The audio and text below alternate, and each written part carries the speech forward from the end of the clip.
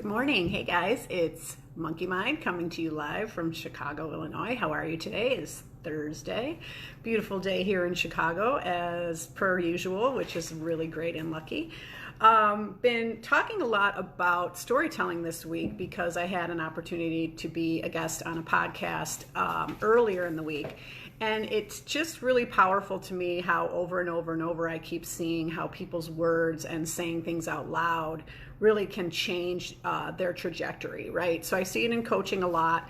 Your words have power, and it's not just about necessarily changing the world for other people, but a lot of times, good morning, hi Randall, you're changing yourself, good morning, by speaking out loud. And every time good morning, hi guys, good morning. Every time you say something out loud, there's power behind that. So if you've had something in your head for a while that you've been thinking about doing, I was talking to a particular client, just, emailing really quick this morning, doing a little follow-up from a group discussion. And one of the things that they had been struggling with was hiring a new person for their team. But, it came up in the conversation in the group that they really, really needed to do this. And there were all these things that were getting in the way of hiring this person. I won't go into too much specifics in terms because of the confidentiality piece, but the reality is that we were sitting in the group and all this was bubbling up of like, why haven't we hired someone? Who would be the right person? How big do we need to get as a team? All these really common concerns when you're trying to grow and hire someone. How will this person represent us? Who will train this person? And there's pressure involved in that because then, you're supporting another human and they have expectations and the learning and there's so many layers to it. But just by having that conversation and putting it out there to the group and putting it out into the universe, they were able to very quickly, zone in on what exactly they needed and to get somebody in place really, really quickly as a result of that. Good morning. Hey, Gilbert, how are you? Nice to see you. So that's, just a really concrete example of how, speaking something has power. My quote for today is an Emerson quote. It says, "Truth is the property of no individual, but is the treasure of all men."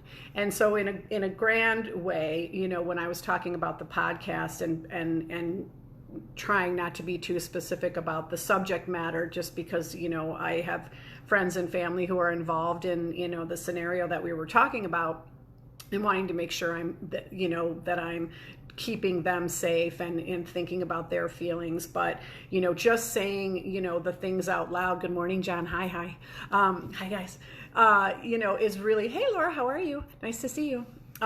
It's so fun to see everybody because I try not to get distracted, but I want to acknowledge everybody who's watching because it's so much fun. And it's always like people from so many different avenues and branches of my tree of my life. So it's really, really cool. It's super fun. Hi guys.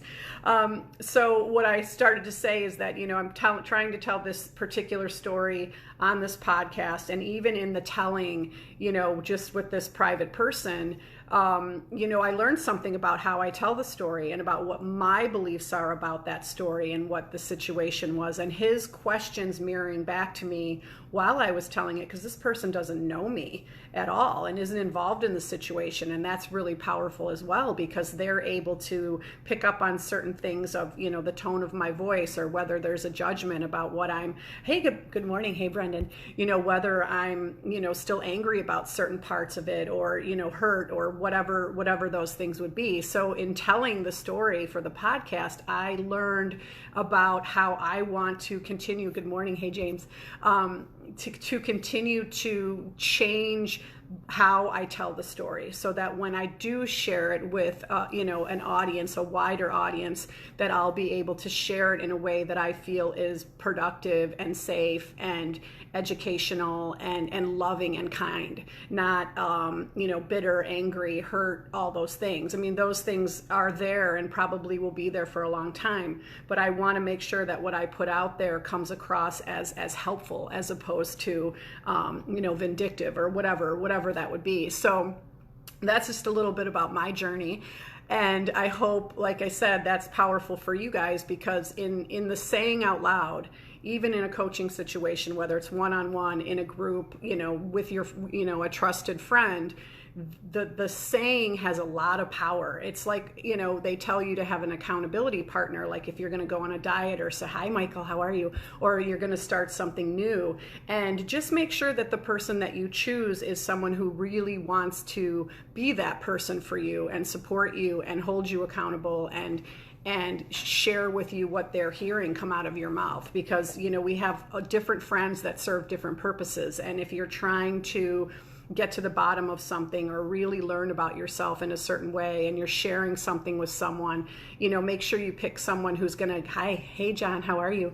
Make sure you pick someone who's going to be a trusted person who can mirror back to you and help you move forward and figure out how to process, and even just, hold you accountable. Like, hey, I heard you say 10 times in the last year that you want to write a book. What's going on with that? Just kind of hold a little mirror up to your face and help you move forward. So I hope that's helpful for you guys. Like I said, today is Thursday. I had a little, life moment yesterday when my oldest son left to go to a semester abroad. And it's just crazy, right? Because, I'm so proud of him. He's a young man now. But he's been away at school for a couple of years now, and so I kind of thought I was over that him leaving thing. But maybe the distance is a whole nother layer of far away that I hadn't really processed yet, and so I was a little sad and a little apprehensive about him going so far away, because if something were to happen or whatever goes on in your head. But at the same time, just being super excited and proud for him. So that's something else to pay attention to, you parents out there, is give yourself some space to continually let go of your children in a way that's healthy and happy, and allow for yourself to be a little sad, because even in the proudness of it, it's okay to miss them a little bit and to acknowledge it. Anyway, so I hope to see you guys tomorrow. As always, I really, really appreciate you watching. I appreciate your comments. If you think that this video might help someone else to, move along in their journey, please hit the button and share. I'd really appreciate it. And I'll see you guys tomorrow. Peace.